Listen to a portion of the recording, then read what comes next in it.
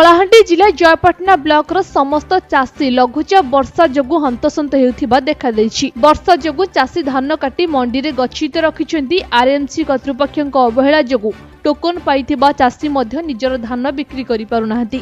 फल चाषी धान पानी रे भिजी जाइछि, जहाँकि दलाल माने सुजोग नै कम दर रे धान किनिबा आरंभ करिथिबा देखा दैछि। वर्षा सांगरे प्रबल थंडारे चाषी माने मंडी रे पड़ी रहिछन्ती। एथिप्रति कोनोसी अधिकारी नजर नाही। तेबे जिलापाल दृष्टि देबाको जनसाधारण रे दाबी होइछि।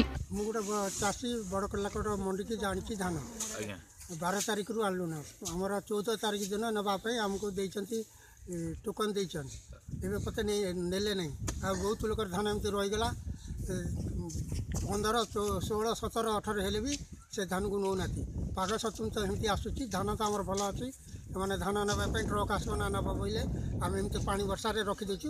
आम धान सब भिजिगला ना ये धान को कौन करूँ कमी बिक्री हम आम चिंतार रही। हाँ मैं बर्तमान सुधा 1,82,000 क्विंटाल पाखापाखि लिफ्टिंग कर सारे एवं बर्तमान जो माने ऑल ऑफ सडन जो वर्षा आसी बर्तमान आम चाषी मानू सतर्क करूँ एवं सफिशिएंट पॉलिथिन सब पैक्स मानक जोगाई दी सेक्रेटरी मान माध्यम एवं आम खसस अच्छु केपरी चाषी मान धान किपरि भिजबनी से आम पूरा सतर्क अच्छु।